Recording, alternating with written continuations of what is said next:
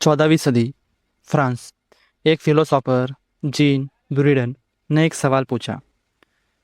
एक गधा है, बिल्कुल भूखा और प्यासा।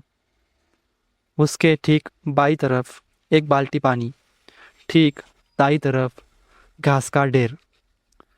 दोनों बराबर दूरी पर, दोनों का बराबर आकर्षण। गधा सोचता है पानी पी लूं, नहीं घास खा लूं, नहीं पानी, नहीं घास। वो डिसाइड कर ही नहीं पाता और फिर वो भूखा प्यासा वही मर जाता है। सोचो, उसके दोनों तरफ सब कुछ था पर उसने कुछ नहीं चुना।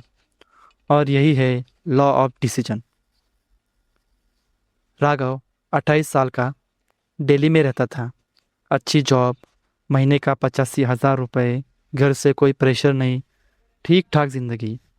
लेकिन पिछले 3 साल से राघव एक चीज़ सोच रहा था। वो थी जॉब छोड़ दूँ, स्टार्टअप स्टार्ट कर लूँ। वो यूट्यूब देखता था, स्टार्टअप करो, आज़ादी है।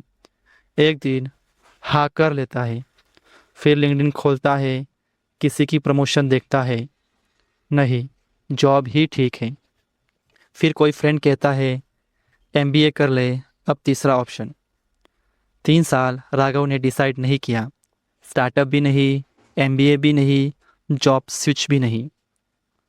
वो वही है जहाँ 3 साल पहले था, बस 3 साल बड़ा हो गया था और थोड़ा ज़्यादा डरा हुआ। एक रात वो अकेले बैठा था। उसने कैलकुलेट किया, अगर उसने 3 साल पहले डिसाइड कर लिया होता कि मैं स्टार्टअप शुरू करने वाला हूँ, तो आज तक वो फेल भी हो जाता, जो कुछ भी सीख चुका होता। पर उसने कुछ नहीं किया और ना करने की कीमत उसे उस रात पहली बार दिखी। अब सोचो, वो गधा जो भूखा मर गया, वो स्टूपिड नहीं था। उसके पास दोनों ऑप्शन बराबर अच्छे थे। और जब दोनों ऑप्शन बराबर हो तो डिसाइड करना सबसे मुश्किल हो जाता है। यही राघव के साथ था। स्टार्टअप में फ्रीडम थी, जॉब में सिक्योरिटी थी, वही एमबीए में बीच का रास्ता था। तीनों के अपने लॉजिक थे। और राघव एक रैशनल आदमी सोचता रहा, मैं और डेटा ले लो और रिसर्च कर लो, परफेक्ट डिसीजन क्या है पता कर लो। पर साइकोलॉजी कहती है परफेक्ट डिसीजन जैसी कोई चीज़ एग्जिस्ट ही नहीं करती। 1978 में हार्बर्ट साइमन को नोबेल प्राइज़ मिला। उसने दिखाया कि इंसान का दिमाग परफेक्टली रैशनल नहीं है। हम ऑप्टिमाइज नहीं कर सकते, हम सिर्फ सेटिस्फाइज कर सकते हैं। सेटिस्फाइजिंग एक डिसीजन जो परफेक्ट नहीं पर गुड इनफ है। जो लोग परफेक्ट डिसीजन का इंतज़ार करते हैं वो ज़िंदगी भर इंतज़ार करते हैं, और जो लोग गुड इनफ चुन लेते हैं वो आगे बढ़ जाते हैं। The real cost of indecision. यह सबसे डरावनी बात आती है जब तुम कोई डिसीजन नहीं लेते। तुम्हें लगता है कि तुम सेफ हो, तुमने कुछ खोया नहीं, तुमने कोई गलती नहीं की। लेकिन साइकोलॉजी इसे कहती है ये सबसे बड़ा इल्यूजन है। Not making a decision is a decision. जब तुम डिसाइड नहीं करते, तुमने डिसाइड कर लिया कि तुम वही रहोगे जहाँ हो। और टाइम टाइम किसी के लिए नहीं रुकता। राघव ने 3 साल से कुछ नहीं खोया, ऐसा उसे लगता था। लेकिन उसने 3 साल खो दिए। लेकिन उसने 3 साल खो दिए।